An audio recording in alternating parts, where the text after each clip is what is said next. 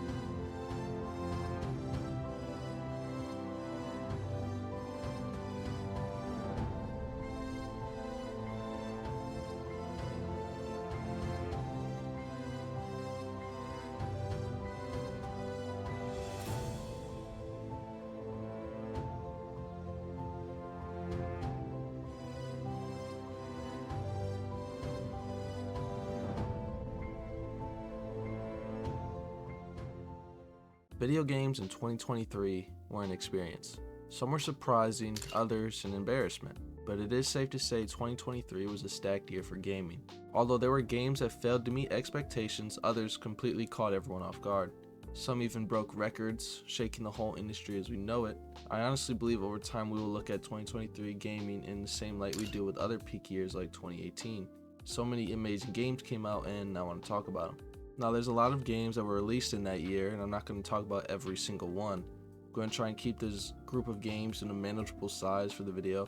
So how this is going to work is I will speak about mainly the Game of the Year candidates at the Game Awards. I'll bring up other games if I feel it's relevant, but mostly I will keep it to these 6. I'll try and briefly summarize how I feel and what I think about the games nominated and if I believe there are better contenders. If that interests you, I encourage you to stay. If you already clicked off, it is what it is. Now, the first game I want to talk about is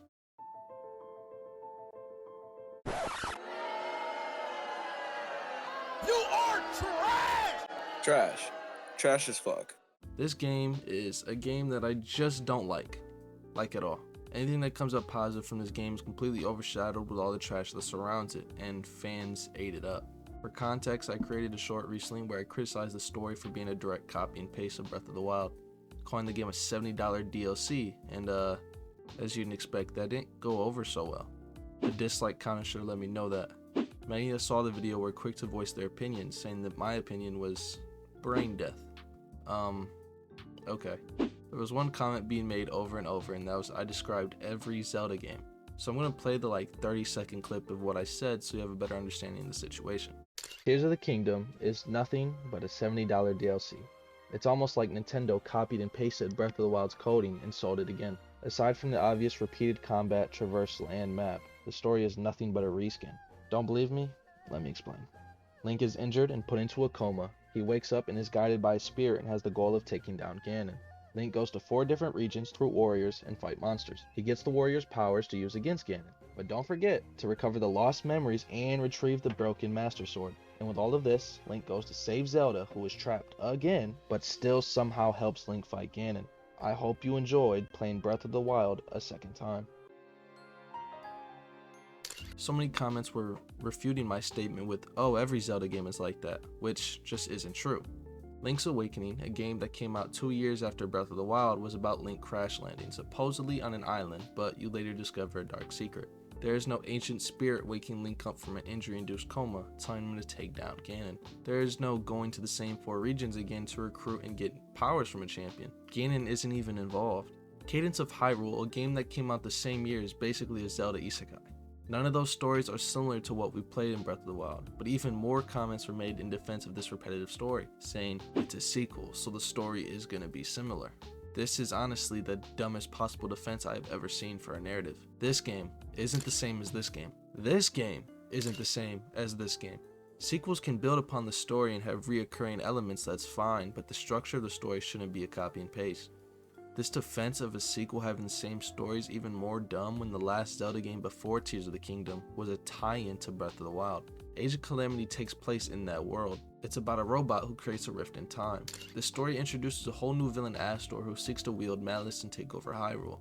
This game builds upon its previous story without completely copying its structure. This just goes to show how lazy Tears of the Kingdom is with its story, and any defense is nothing but delusional coping. The past 3 Zelda games were unique and had their own thing. This is nothing but a reskin. Aside from the repetitive retelling that is this game, the story is super flawed. Looking away from the major problems this game causes in the lore and focusing only on the story this game offers in cutscenes, because seriously, as a sequel, it does a horrible job of connecting to its previous game while completely destroying any continuity. There are so many pacing issues. Every region's mission ends the same, and I mean the exact same. From the facial expressions to the animations, it is literally a copy and paste. Over and over and over again, we have to watch the same cutscene that tells us the same thing. There's a huge problem with the structure in this game as well. I understand that this game gives a lot of freedom to the player, but it hurts the story a lot. When you find the dragon tears, they'll be in a random order. So the very first tear you could find could be this. Queen Sonia! Queen Sonia! Then you just ignore it, I guess, for the rest of the memories. You could argue it builds up tension with an impending doom for the character, but that doesn't work in my opinion. They don't really build this tension up at all. Zelda never acknowledges how the future holds a grim fate until it's too late. And Rauru dismisses any problem that Ganon could cause prior to him taking a Secret Stone. It also is super annoying when you find out Zelda becomes a dragon, because then we have to sit here during every region's mission and watch people stress over the obvious Zelda clone. Why can't we just tell them that it's not Zelda?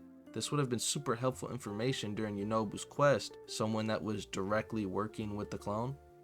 And the majority of the characters are stupid. When the sages meet Ganondorf, the majority of them questioned if that was even him or not. You were telling me these sages had a conversation with their ancestor, received a stone that boosted their power, sees the literal Hyrule castle lifted in the air, and they think he never existed. The exposition is even worse in this scene. This is dire. The Demon King, the man who nearly destroyed the world. Ganondorf. With his return, everyone's in danger. Thanks, Sidon. I would have never guessed that the world is in danger right now. This is dire. The Demon King, the man who nearly destroyed the world. Ganondorf. With his return, everyone's in danger. Ganondorf.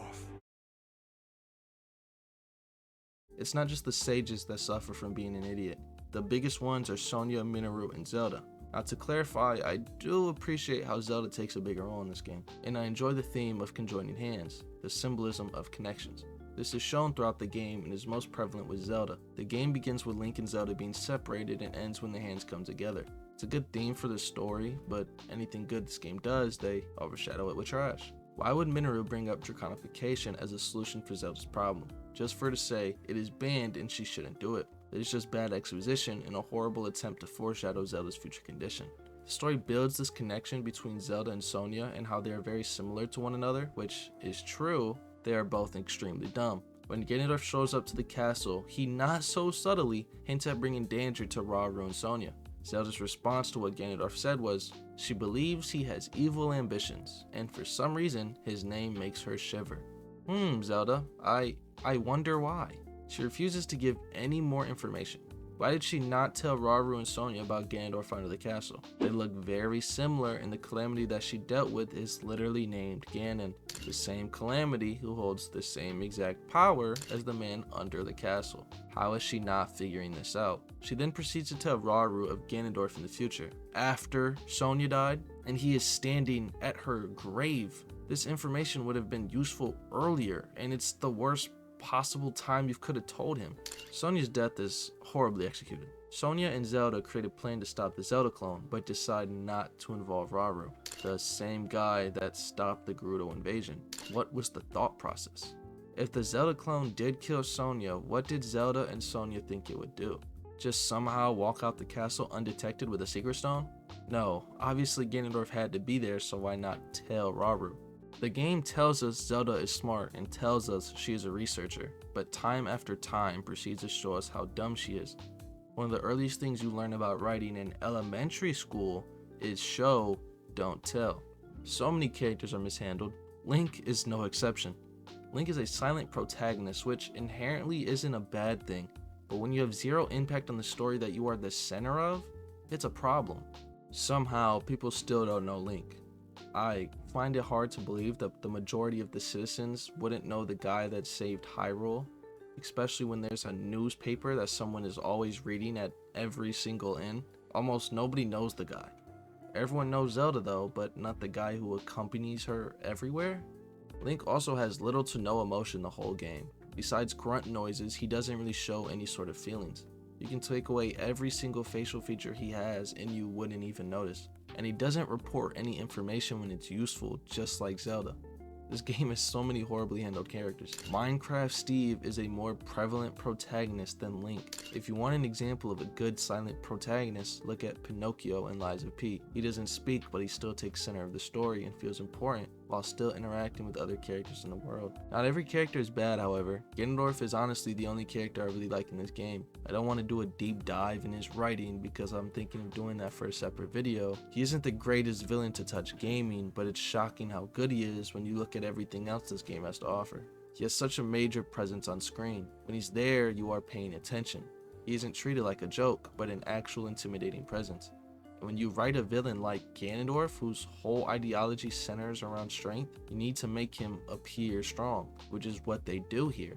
When he gets the secret stone and becomes the Demon King, he gets his appearance that completely boosts his intimidation factor. He looks sick. I won't say any more about his writing, but I will say this. Tears of the Kingdom ruins whatever good they build. It's like the most delicious cheeseburger in the world, but it's in a dumpster of stinky trash. Somewhere in that trash was something amazing, but it's completely overpowered and ruined because of everything else. Ganondorf is no different. For such a well-written villain, his boss fight sucks. Let me explain.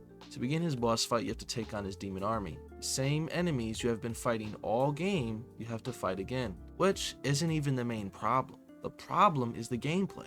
This fight highlights a major problem, and that is the Sage combat. They are AI who are proximity based and mapped to the same exact button. If I want to use their power, I have to be near them, but these AI do their own thing. So I'm running around the battlefield avoiding enemies while trying to activate these powers, just to use them once and wait for the cooldown. But that's only if I select the power I want to use, because it's impossible to distinguish which Sage I want when they are grouped up. On top of that, the enemies that surround us are attacking. It's nothing but a mess. After that annoying phase, you see Ganondorf, and I want to express this. Cinematically, this fight is amazing. So many cool set pieces. But the problem is this is a video game, not a movie. So although this boss fight looks amazing in cutscenes, the gameplay, which is the most important part, is lacking. The first phase after seeing Ganondorf transform into the Gerudo King, we fight. It's simple, nothing crazy. He swings, you dodge. But then he uses the secret stone, where he transforms into the Demon King. And although this part was very cool and his health bar tripling in size was crazy, the fight doesn't get better. Ganondorf then used Shadow Clone Jutsu to spawn some clones. Scary stuff. So you would think this boosts the difficulty, right? No it doesn't. Because 2 seconds later the sages come in, making yet again another Link vs Ganondorf phase, where he proceeds to use the same exact singular attacks he did prior. After you complete that phase, he absorbs his clones and one-shots the sages. The same sages the story shoved down our throats that we needed in order to beat Ganon. All those cutscenes, all those boring temples, all the problems that the Sage AI created, all were for nothing because they had zero impact on the fight. At least in Breath of the Wild, champions would lower Calamity Ganon's health when you help them, so it doesn't feel like wasted time. So again, another Link vs Ganondorf phase, where he uses the same exact singular attacks again. Nothing new added, no new mix-ups, no fakes, no delayed attacks. Just the same thing we dealt with all fight. He swings, you dodge. Ganondorf will flurry rush now in response to you doing it, but he telegraphs the attack, literally showing you where he's attacking from. The same thing he did all fight. He swings, you dodge. After this pathetic phase, Ganondorf becomes a dragon, where the difficulty is lowered even more, as he becomes nothing but a large stationary target. He shoots blasts that are wildly off the mark, and all I have to do is pop his back pimples. This is the fight everyone said was amazing. So I'm sorry to tell you guys, but this isn't one of the best human stories in the past century. If anyone really believes this, I highly suggest expanding your media taste. I only talked about the story, and that's for a reason. This game is extremely lazy, so why would I put effort into speaking about something that they clearly put such low effort into? Tears of the Kingdom somehow won Best Action Adventure at the Game Awards. So what is the category Best Action Adventure even about? The game that best combines combat with traversal and puzzle solving. Looking at the nominations, there is absolutely no reason this game should have won. This isn't better than this. This isn't better than this. These temples don't compete with Alan Wake's writing room. Tears of the Kingdom doesn't do anything better than the rest of those games. The combat has a huge pacing issue. Weapons durability is still horrible, but this game attempts to distract you with fuse. Fusing weapons is supposed to fix this. Instead of maybe giving us the ability to craft an anvil to repair broken weapons, or just increase the durability, we can put a horn on a weapon now. All these vending machines, and not one can give us the ability to craft something to restore durability. Nothing is more disengaging than when you have to pause your game to equip a new weapon and drop a part to fuse it together. This applies to the bow as well. You want to fuse something to your arrow? Well, you have to go through this long scroll bar of useless things you picked up throughout the game. Oh, you want to shoot another one? Gotta do it again. Horrible. The traversal isn't bad. I appreciate the ability to create a vehicle to travel any terrain. But let's be real, none of this really competes with the thrill you get from swinging through New York City as Spiderman. The puzzles are a joke. The temples still suck. They're super gimmicky. All they are is use your companion's power to flip on 5 switches. We have to do this 4 times throughout the whole game. Shrines are a complete downgrade from Breath of the Wild. Half of them are literal empty shrines. All you do is loot a chest and get a blessing. The rest of the shrines are either tutorials or a mechanic we learned in the beginning of the game, or simple puzzles that repeat a concept we already saw. Low effort gameplay that is defended with Ultra Hand. You think combat sucks? Well, spend 10 minutes of your time fidgeting parts around to build a machine that mows down enemies for you. The problem with this line of thinking is, well, it's boring. The main problem with combat is disengagement and pacing. Why would I want to take even more time to build a contraption that takes away engagement from it? The most rewarding part of actually fighting is the flurry rush, which rewards the player for being involved. By the time you finish building that machine, I would be in the next area. Tears of the Kingdom winning this award is criminal. How can it be Best Action Adventure if most of the action is spent in the inventory and the adventure is exploring a world we already seen with little of anything new to offer? And what is new is again a lazy attempt at refreshing the world. I tried to give this game another chance. I started over. I walked with Zelda through those tunnels. I met Ganondorf again. I messed around in the tutorial for a little while. Then I just quit. I got off and played Smash Ultimate. I knew it was no point. The Sky Islands and depths are this game's attempt at making something new. But the best island is the tutorial, while the rest are just floating rocks I'm supposed to believe Zonai lived on. While the depths are a dark empty space I refuse to waste time on. There's a Yiga clan quest down there, but I didn't have it in me to do. I looked up what the ending of the quest is, and it's just a repeat of the Spirit Sage Rock'em Sock'em fight. It's pitiful. I will admit, I was playing it up for content when I called this game a $70 DLC. It's not that. It's something worse. It is a lazy excuse for a sequel that does not at all justify its $70 price tag, nor all the praise and rewards it was given. I honestly see any hype given to this game as Nintendo glaze and nothing more. It shouldn't have been a nominee for Game of the Year. It wasn't even close to my top 5 games last year, and it was a horrible experience overall. I'm so sick of this open world formula and can't wait to just move on. I never want to see a trilogy come from this, as it would be an even worse attempt to capture the magic Breath of the Wild had.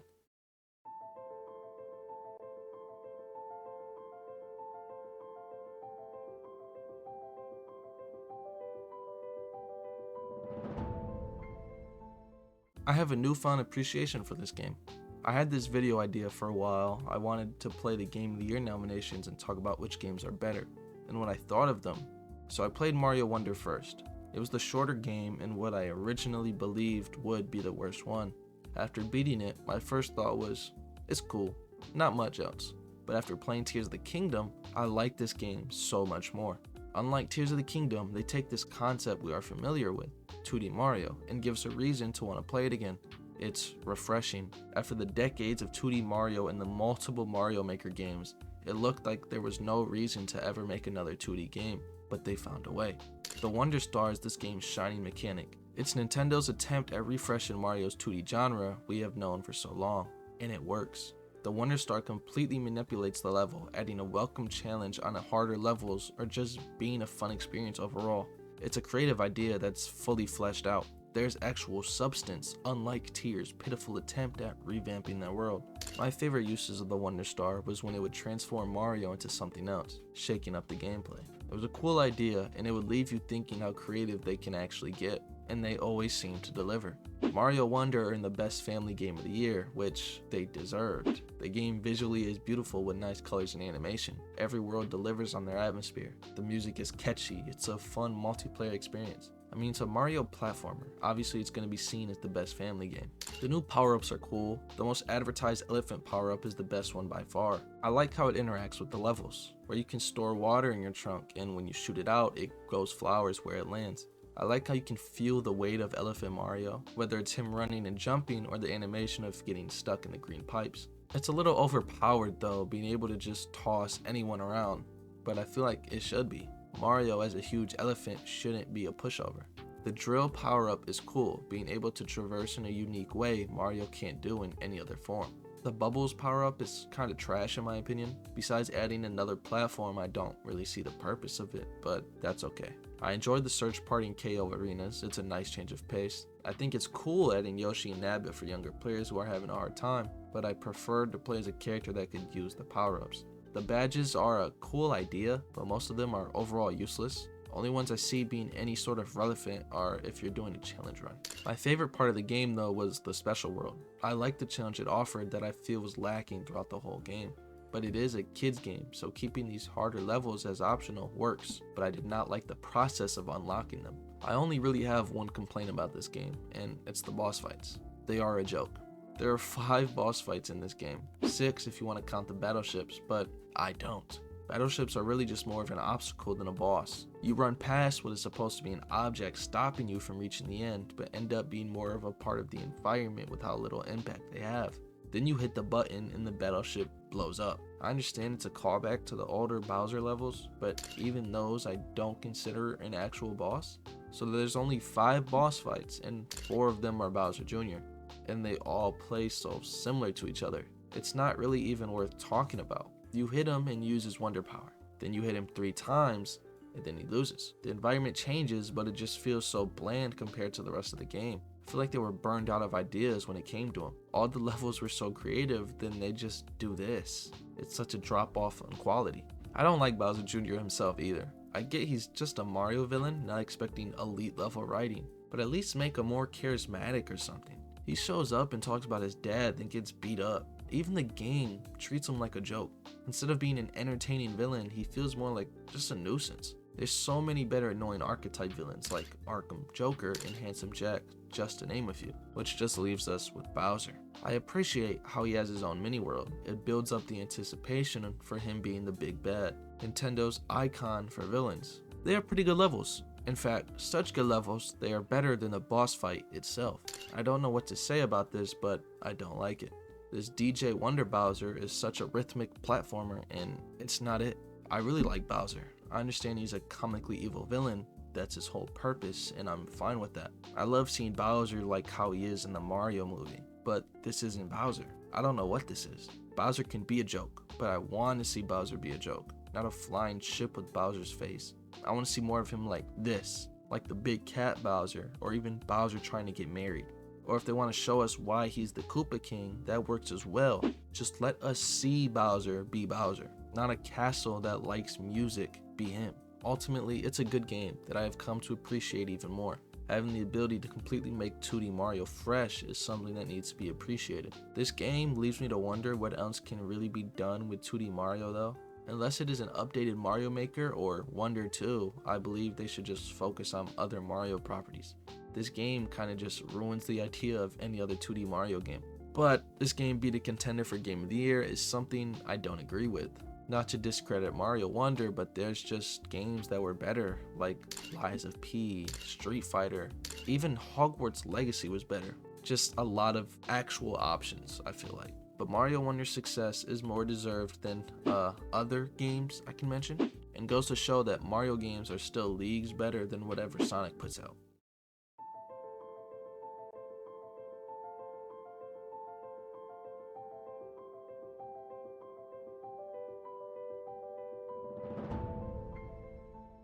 Resident Evil 4 is a remake of the original 2005 third-person shooter game.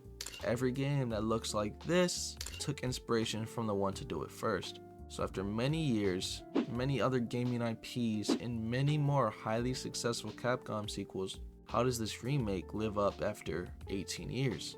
For someone who has never played a Resident Evil game before. Yes, after what seems to be a success every time Capcom drops an RE game, I still, for some reason, never given it a try. Not the original games, not the reboot series, or even the remakes. I'm not new to the gameplay style. Many games that I've played in my relatively short amount of time on Earth have been a third-person shooter. Games like The Last of Us, GTA, even Ratchet & Clank are all under this category. The original Resident Evil never really intrigued me though, but for this video I gave it a chance. So do I believe it lives up to the hype as one of the best games of all time? Yes, I do. Or at least for a while I did. Let me explain. If you ask me what I thought of this game after the first half, all I would say is how amazing it is. This game is one of the best introductions in any game ever. It begins with a crazy cult doing crazy cult things. We then get an exposition from Leon.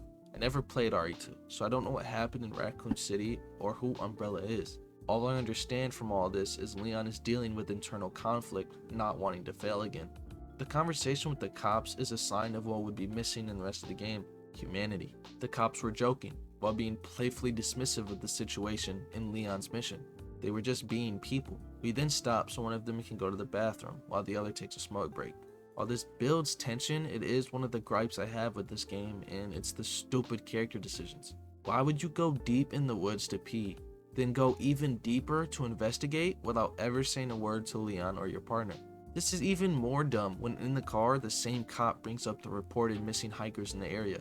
But we move on. On the look for the missing cop, we find a dead deer. While this is a common trope in scary games, it's a lot more important here than just that. It's imagery, being used to foreshadow the condition of these people. There's a lack of humanity. The deer wasn't stripped of its fur for warmth, or taken apart for food. Whoever did this just did it for no reason at all.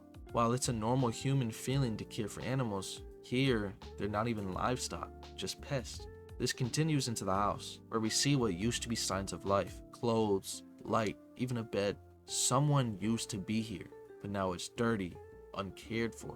Now the only thing in good condition is the cult's charm. What used to be life is now replaced with a priority for the cult.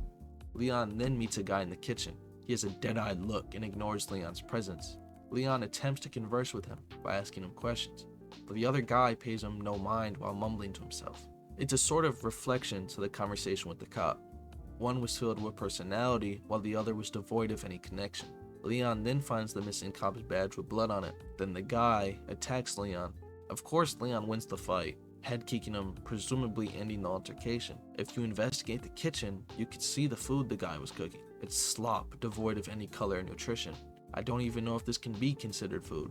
Leon goes downstairs where he finds the missing cop dead. The other cop radios for help, but it's too late. You then come face to face with the man you thought Leon killed, where you see what he truly is. Not a man, but a husk. A husk for something else. Something devoid of life, of humanity. Leon heads upstairs where he finds intel on his mission. Now, I'm not the biggest fan of this moment because why is there important intel here in this random house? It just feels like they didn't know any other way to transition the story, but we move on. These people break in and chase Leon out the house. Without saying a word, they let him go. This all cultivates in the town. Leon sees these villagers burn the other cop at the stake, with total disregard for human life, without even saying a word. Others even ignore the situation, completely unbothered.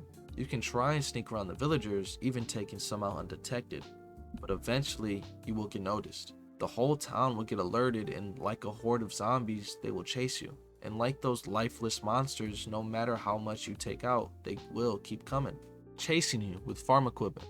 Tools that were designed to grow materials that would sustain life are now used to harm others. And right when you think you're gonna be overwhelmed,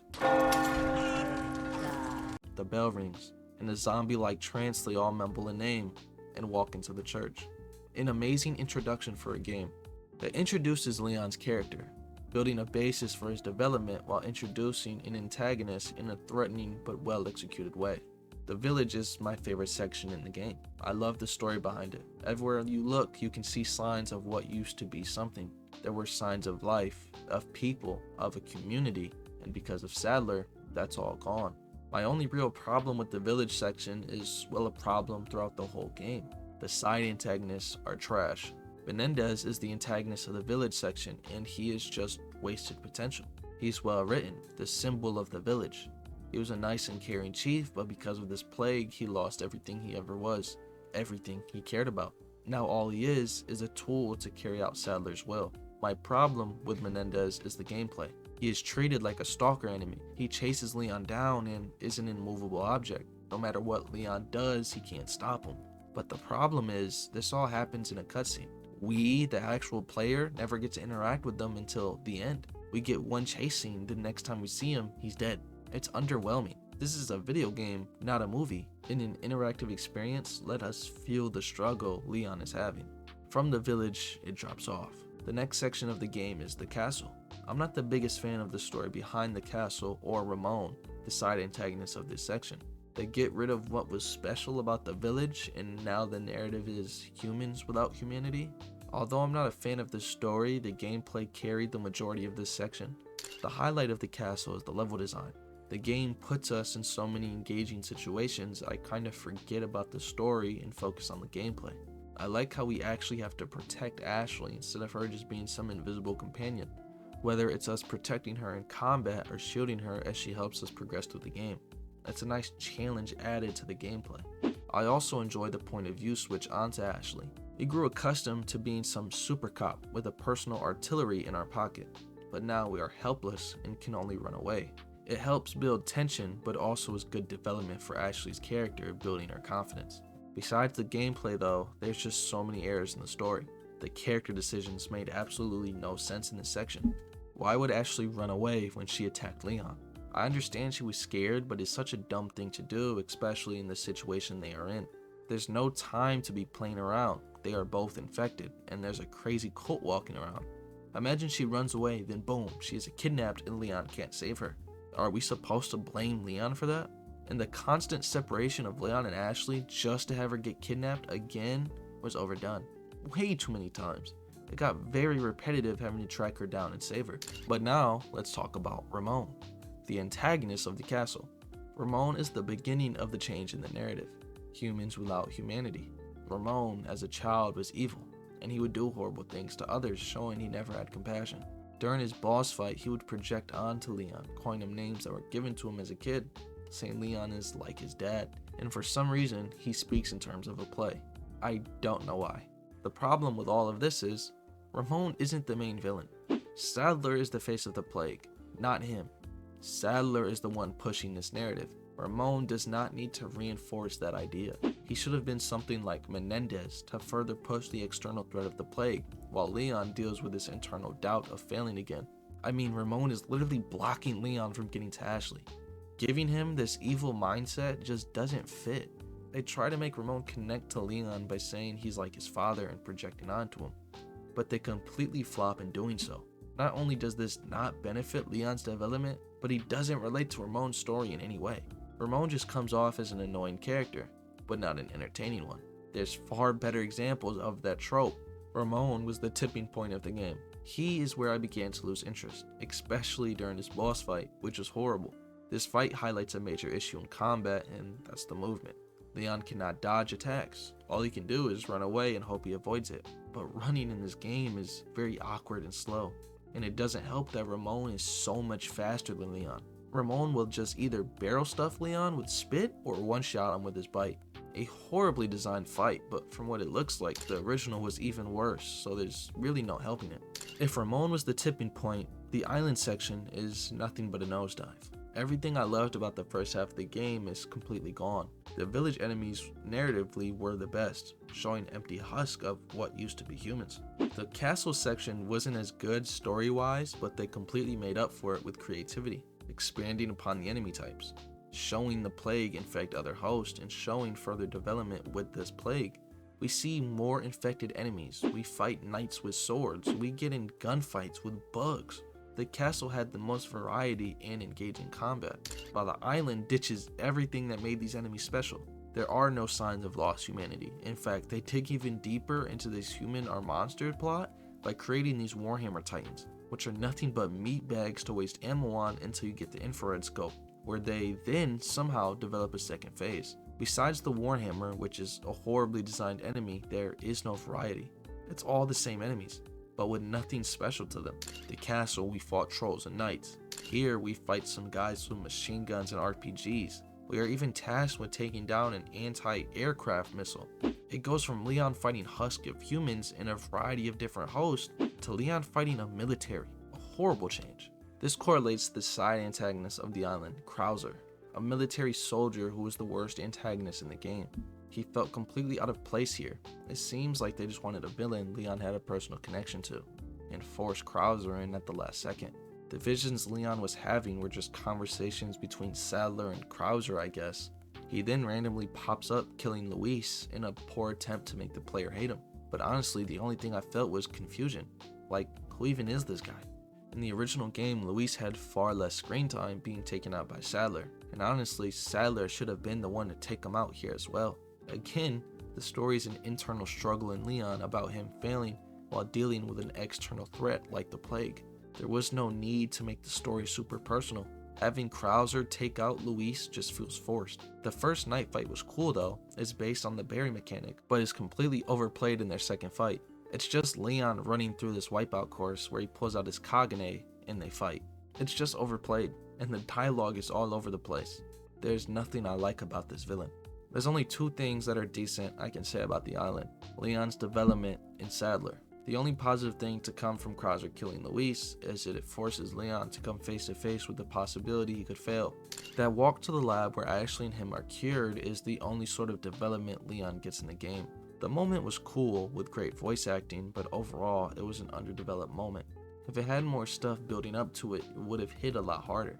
And Sadler, I have nothing bad to say about him, but I also have nothing good to say about him either. I just had zero interest left to care about him. He barely ever showed up and was just underutilized and underdeveloped. For some reason, they wanted to focus on characters like Ramon and Krauser, which take away from the main antagonist, Sadler. They should have just focused on creating more monsters like Menendez instead of these heavy personality-based villains. His boss fight was okay, I guess. Just a giant monster with a big arena. You run around and shoot his eyes. Leon says a one-liner and boom, you blow him up. After this, the island begins to explode, where you then escaped on a jet ski. And the only thought I had during all of this is, I'm glad to be done. It's a horrible final act for what was a peak beginning for a video game. Aside from my personal experience, Resident Evil 4 was nominated for 3 awards: Best Audio Design, Best Action Adventure, and Game of the Year. And they won 0 of them. RE4 had a great sound design. It was really immersive. You can feel when Leon clicks his gun, when he reloads, or the situations he's in during the fights. But he had 0 chance of winning. Hi-Fi Rush, a rhythm-based game, was kind of built for this category. Best Action Adventure is also an award it didn't really have a chance with. RE4 Combat is amazing. Speaking of only combat, it's one of the best third-person shooter games I've ever played. It's a fun, action-packed monster game for the majority of the time, but its combat isn't enough to carry it in this category. The traversal is just a slight jog at best. You get a jet ski in Chapter 4, but that's only for such a small amount of time, and its puzzles are nothing game-defined. When people speak of RE4, they mainly talk about combat and nothing else, which leads me to my conclusion. I don't believe this game should have been a contender for Game of the Year. Although I do believe it's a better game than Mario Wonder, it is just a fun monster shooter that completely falls short during its final act. With many underutilized and poorly developed characters, I can't even say it's the best remake of 2023. That's a title I would have given Dead Space. RE4 peaks were insanely high, but its lows were just as low. But I'm excited to see future Resident Evil projects. Whether it's a remake or a new title, I will be giving it another try.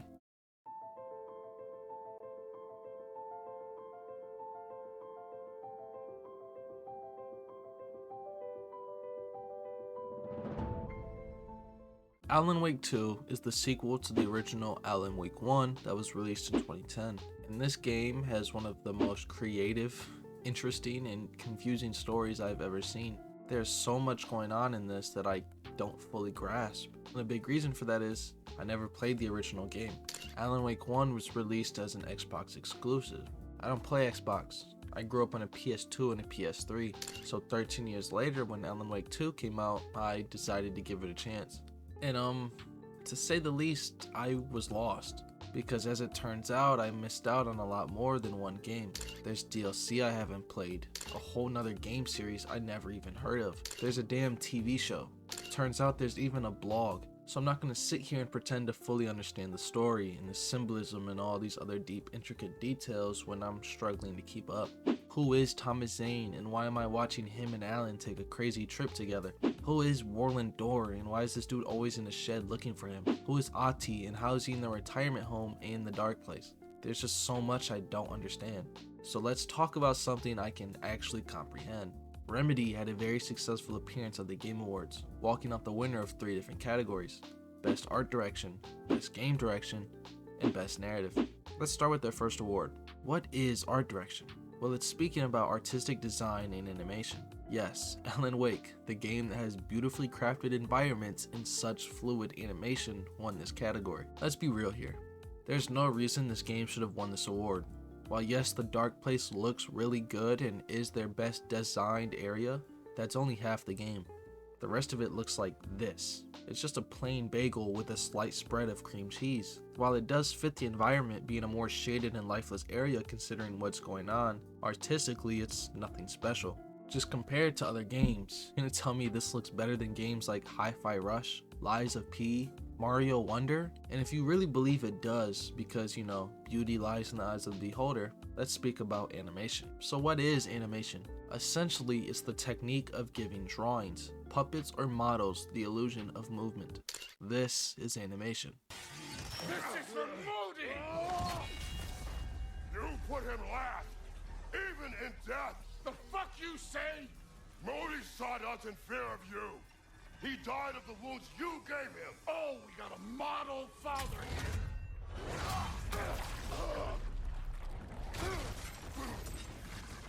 This feels familiar. This is animation.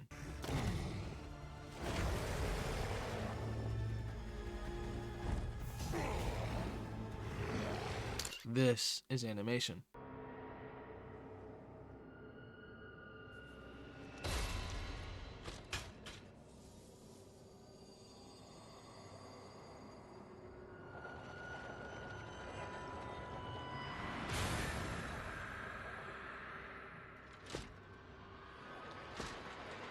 The fluid movement of models in these frames creates an illusion of movement. This is not animation. This is an acted scene with real life actors, and a good amount of the game's cutscenes are just live actors playing their characters. How is this game considered for this category? The next award was game direction, and that's basically just talking about game design. Now I do actually really like the acted scenes of the game. I believe Alan Wake 2 does a perfect job incorporating real-life acting into the gameplay. Good examples of this are Saga's profiling and Alan's inspiration. My favorite use of this though is the chapter We Sing.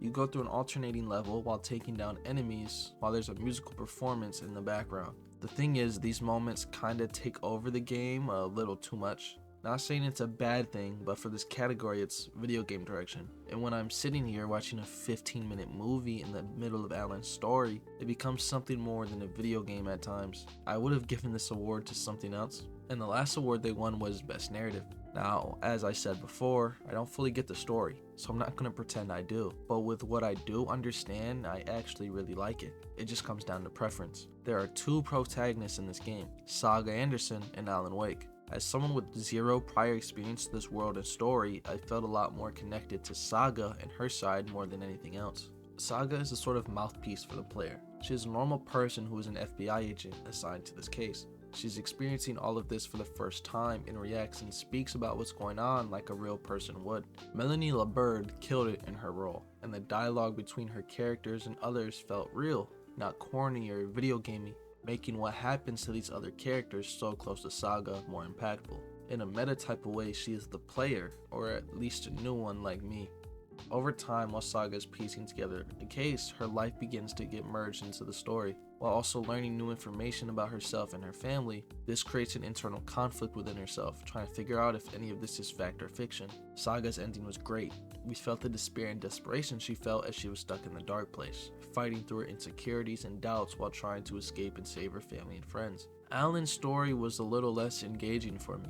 I didn't feel any connection to Alan or these other characters he interacts with. I don't care for this weird shirtless dude. I don't care for this search for Alice. I never knew her. I never grew a connection to Alan. I don't know how he got in the dark place, and I never really cared if he got out. I think his voice actor was great in the monologues of the pages he wrote, but besides that, he never felt real, I guess. He kinda just keeps the same monotone of voice the whole game. His story really felt like it was just building up to one massive twist. Then we never see what really happens after. We don't know if Saga escapes or if they're just stuck in the loop. It's too inconclusive for my taste. The best part of Alan's story was the gameplay. I really like how they dived into his character theme of being a writer. I like seeing Alan manipulate the level around him using the writer's room. Honestly, the best part of the gameplay as a whole is the interactive experience. Same goes with Saga, putting together her cases in her mind place. I love the parallel between their two styles of gameplay as well. Alan is looking for hints, inspiration to create a story, while Saga is looking for clues to piece together the story being told. This connection continues into the enemy encounters as well. While Alan walks through dark streets, he runs into Taken, shadowy figures of people grouped up together. You can feel their presence as they stare at Alan, hunting him, hiding with others that don't attack. While Saga's enemies have a more traditional approach, hiding in the woods, blending in the environment almost like animals in the forest. Hiding behind trees, masking their movement with sounds of the world. While Saga's enemies hide in the environment, stalking her like an animal, Alan's blends in with the crowd, hiding in plain sight. While there's elements of gameplay that shines, the other parts kinda flop. The combat in this game isn't the best, especially when it came out the same year as RE4, another third-person shooter. Although they do have their own style of combat with the flashlights and shadowed enemies, and I do actually appreciate being able to dodge attacks, something that was lacking in its competition. Generally, when compared to Resident Evil, it's severely lacking. Alan and Saga have little to no uniqueness at all. They share almost the same exact kit with each other. There's also barely any enemy variety in this game. There's 4 types of enemies. The standard enemy walks around with a melee weapon and flash steps towards you. The tank, just a big guy with a big weapon and a lot of health. The zoner, they like to fight far away. And what I call the mermaid, the Taken that's swimming at you with like 4 arms. And that's everyone. Even the bosses are in these categories. Scratch is literally a standard foot soldier. Very disappointing for a bad guy who was hyped up all game. Although Resident Evil 4 completely outclasses this game in combat, I still prefer Alan Wake 2 because of everything else it has to offer. The game is more of an interactive experience than a monster shooter. I really like the story and the unique elements it provides. I honestly have never seen a game quite like this. Although I don't think Alan Wake 2 deserved some of the awards it won, I still believe they deserved every amount of success the game has gotten. Remedy created a wonderful game here, and it's one of the few games I actually believe deserved its nomination for Game of the Year.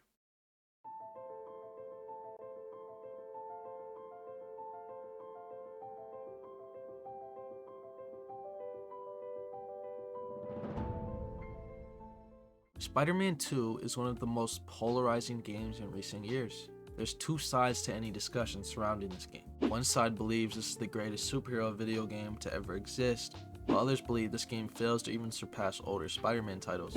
If the countless YouTube reviews haven't told you, all you gotta do is type Spider-Man 2 is in the search bar to see the 2 different sides. This heat was stoked again after the Game Awards. Spider-Man 2 is nominated for 7 awards, and they walked out with 0 wins. This led to much discussion surrounding the event. Many videos, articles, even Reddit threads all claimed Spider-Man 2 was robbed, while others were quick to respond saying the game's just bad or it was just a DLC for the first game. So what do I think?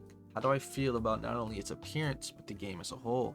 Well, first, speaking of the event, there are only 2 awards I believe Spider-Man 2 could have or should have won. The first award that Spider-Man 2 could have won is super unpopular but best narrative. The story is misunderstood and has received a lot of unfair criticism. It's gone to the point where I plan on creating a separate video defending the story. I've seen so many complaints and critiques that I generally don't agree with that it would require a full video to explain my thoughts. So I'm going to save my explanation for a later date.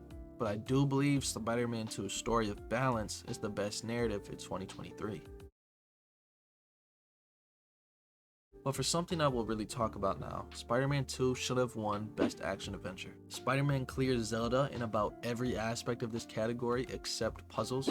For combat, Spider-Man is far better in just hand-to-hand fighting alone, which is all Zelda really offers. The parry mechanic is done far better in Spider-Man, having better pacing and is more rewarding than a simple shield deflect. Spider-Man has a more organized hotbar for gadgets. It isn't just a bag of holding. Sorry to tell you, but Flurry Rush isn't enough to carry this game's combat, especially when Spider-Man's is far more deeper than just parry and dodging. Traversal doesn't help Zelda's case either. Spider-Man offers much more engaging and faster ways to travel. You can add style to your swinging, doing tricks mid-air, which actually gives you XP for the longer you can hold it, or use abilities to grant you a boost to not only your height, but speed. Speed is the name of the game for Spider-Man. With these new mechanics, you feel faster than ever. Web wings offer you the ability to glide in the air. Traveling through wind tunnels boost your speed, while updrafts boost your height. Then there's slingshots, which offer a great starting point for travel. Spider-Man 2's web swinging is just far better. It actually creates levels in terms of skill for this game, while Zelda just looks like this. Although Zelda has better puzzles, I guess it isn't enough to disregard everything else. This category really comes down to these three games. And although these games have great combat, I just believe Spider-Man's is far deeper. Aerial combat offers a separate combo set, being able to take enemies into the air to avoid being jumped. Gadgets are tools to help extend combos and offer crowd control. Something Spider-Man 2 offers that the others don't is two main playable characters. And unlike Alan Wake 2, these characters actually have variety to them, giving them separate and new abilities to give them a unique combo set. Peter was given the Iron Spider legs along with the symbiote in order to keep up with Miles' side of the gameplay, where he has his Venom and now Blue Lightning. Along with that comes a separate and combined skill tree, offering more skills to use whether it's in combat, stealth, or web swinging. Spider-Man 2 offers even more playable characters than any other game has to offer. Spider-Man 2 made what used to be a complete drag into something that is playable, giving MJ a stun gun in a third-person shooter style similar to Resident Evil. We even get to play as Venom for a whole level, including his own boss. He feels like a massive tank running through walls, tossing people around, or completely crashing helicopters. He even has his own unique grab move, parry, and abilities that the two Spider-Men don't have. There's also a rage mode mechanic for combat, similar to God of War's Spartan Raid. While Peter has the familiar style of hitting hard and doing more damage, Miles has a more explosive style, the same he had in his game. Bosses are honestly more of a preference. If you prefer a third-person shooter, you will like RE4 bosses more. If you prefer a Soulslike and a Ghost of Tsushima style, you will like Jedi Survivor. Or if you're like me and prefer fighting these comic book villains brought to the video game like Lizard and Venom, you will prefer Spider-Man. If you still believe the other games have deeper combat, Spider-Man offers stealth, which is something not prevalent in the other games. Spider-Man 2 vastly improved in many areas of the game. They increased the size of New York, giving us a larger playground to swing around in. They even improved the character designs of the majority of their characters. The symbiote looks slimy and alive like it's a real alien and not just a piece of clothing. Lizard has the best design in years, and Kraven looks like Kraven. But there's been some bad designs before. Mysterio looks sick. I love the skull design. Insomniac also improves the design of its previous characters, updating the color scheme of Peter and Miles, giving them a more bright and lively red and black, but they were slacking on other designs. I have no idea what they were thinking with Miles' suit, but with so many ways Insomniac took steps forward, they also took steps back. They removed multiple gadgets that were around in the other games. They even completely took out suit mods. I don't know why they would do this. Those mechanics brought more variety to combat, giving the player a lot of freedom to extend and create combo strings. They took out bios and the ability to listen to older podcasts. This might seem like a little nitpick, but those were things that would create world building. I love learning about the history of these adapted characters and seeing what else is going on in New York and how people actually feel about the events happening in the game. They also didn't have New Game Plus on release, and we had to wait 5 months to bring it back. I don't know why. The side content is still bad. Majority of the side content is reused. The photo ops, the hunter bases, prowler stashes, EMF missions are all just reskinned content from the previous games. Like the Spider-Bots were a cool reference to the Spider-Verse movie, but Delilah wasn't in the damn movie. And this is just a reskin of Peter's backpack collectibles, but those actually held weight as they were expanding upon Peter's past. What is new isn't the best either. Aside from app requests, the only new missions I enjoyed were Mysterio's combat challenges, but they even messed that up by making it a Miles only side mission, which makes zero sense, because Mysterio was Peter's villain. Why are we being robbed of actually seeing them interact? Closest interaction we ever got between them was Peter talking to a professor wearing a Halloween costume in the first game. Spider-Man 2 isn't a perfect game, but it would be dishonest of me to claim I didn't have fun. To sit here and pretend that I wasn't binging this game for about a week, to pretend that whenever I was busy at work or in class that I wasn't thinking about this game, it would be a lie. I've heard it all when it comes to this game, all the hate and all the disappointment, but through it all I really loved the game. From the moment I first loaded it up, seeing Peter and Miles stand together looking over New York, as Spider-Man does, I felt a childlike emotion I haven't felt in years. And this wasn't just any excitement, this was something that gave me that right itch that has been missing in my life. I started the game and I saw Miles and Peter attempting to balance their lives with their new responsibilities. It's not only New York, but to each other and themselves. And this here resonated with me more now than ever. I'm an adult now. Not only am I struggling to balance school, but also work. I was able to really connect with Peter and Miles fully, specifically Peter as he struggled balancing everything, his connections to his friends, his obligations, but who he is as a person as well. I have grown up with not only Spider-Man, but Peter Parker. Whether it was in Tobey's movies, Andrew's, or even the Spectacular Spider-Man cartoon, Peter Parker's growth has been something I could relate to throughout every stage of my life so far. Watching Peter grow this addiction to the suit, putting on not only this mask, but a shield was something I can relate to. Watching Peter burden himself with all these obligations, all these things, fighting to be enough, fighting for that perfect balance, but in the end create nothing but a disparity with not only people close to him, but himself as well. I'm no longer in high school. I'm an adult starting my life, but is what I'm doing right? Am I wasting my time, my money? Is what I'm doing enough? Am I drowning? Same as Peter, I feel overwhelmed at times. So when Peter looks to Aunt May for guidance, her words not only help him, but me and many others as well. Balance is a process, not a destination. Balance is a process, not a destination. So during that process, during the game, I got to experience a wonderful feeling. Swinging through New York again, taking on Sandman, fighting crime, playing as Peter with the suit, taking on all of these villains, feeling strong and powerful, but in the end watching Peter and Miles overcome these obstacles and seeing Peter scale back in the end, it was all euphoric. Insomniac yet again created a superhero game that should inspire any future games of the genre. With this experience from Insomniac, I'm excited to see what they can do with the Wolverine IP, although I am a little disappointed with them. They continue to make the same mistakes, even taking steps backwards in certain aspects. This is their third game and it's upsetting with how they fail to learn at times. Spider-Man 2, although I love the game and the many improvements towards the gameplay, it had potential to be one of the best, even contending with Arkham games. But in the end, I believe the Arkham series is still on another level. I don't believe Spider-Man 2 is Game of the Year, but it absolutely was one of the best games to come out last year. I'm a little on the fence over the future DLCs though. On one hand, I'm worried how the Carnage story will play out. I feel he is too major of a villain to give him such a minimal story, but on the other hand, I'm excited to see how they create a story for an obscure villain like Lady Beetle. And the game of the year is Baldurs Gate 3.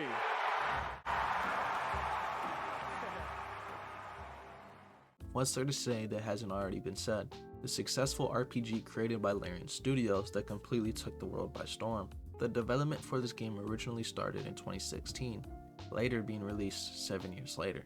And the countless hours and hard work from Larian Studios paid off. They made something special. They completely pushed the bar in this medium. In a world where live services, battle passes, and microtransactions exist, there's Baldurs Gate 3.